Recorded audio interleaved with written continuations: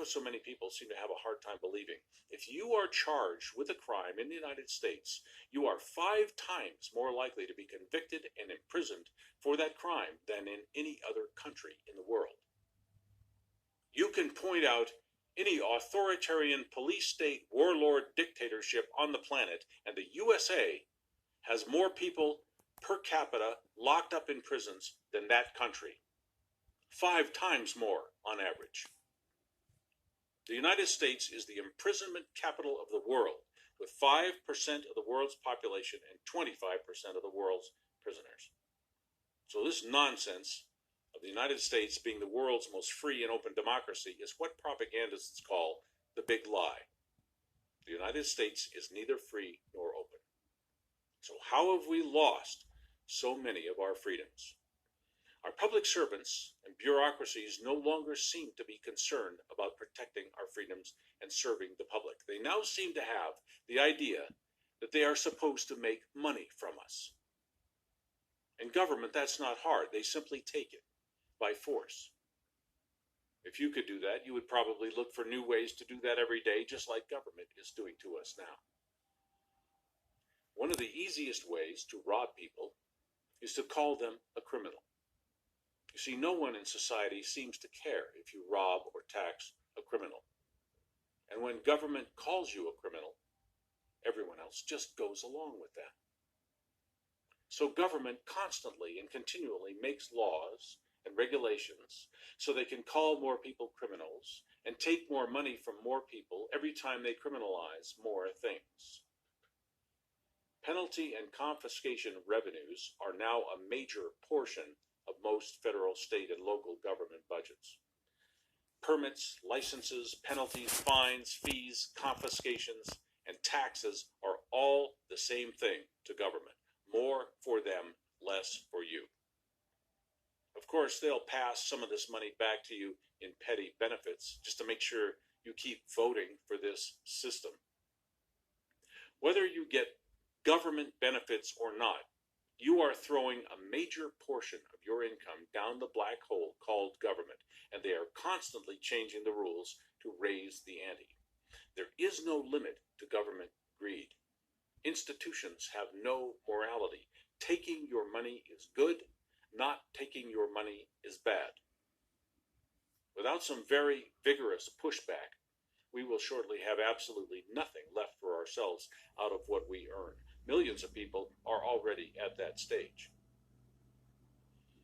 If you think someone is a criminal just because government calls them a criminal, you are part of the problem. That is no longer the case. If you think someone is a suspect just because government calls them a suspect, you are part of the problem. Government is creating a new criminal offense literally every day, more than 400 a year.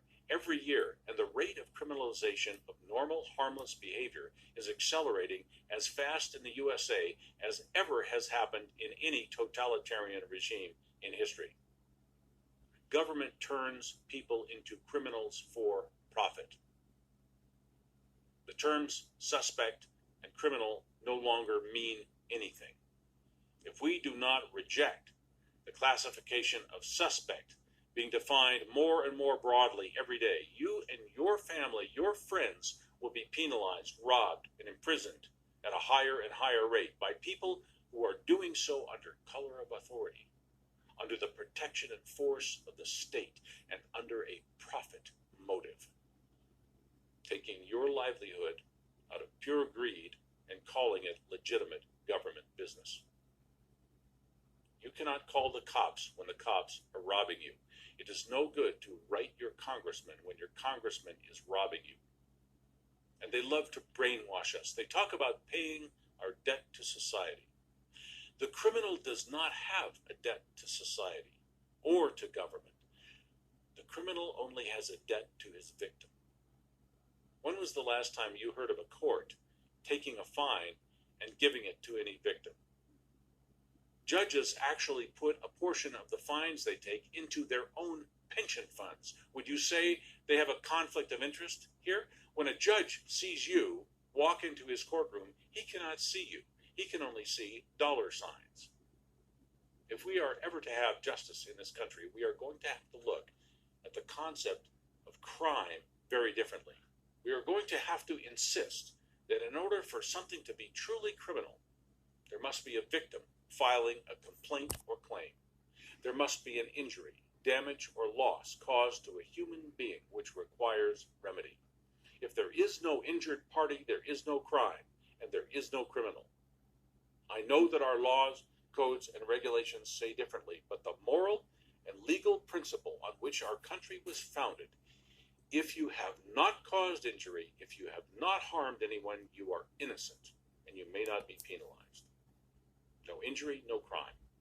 No crime, no penalty.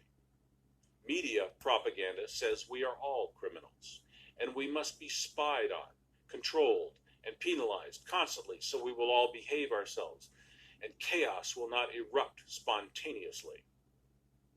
Education, law, and government has trained us to think that any behavior is criminal if there's a law, code, or regulation calling it that.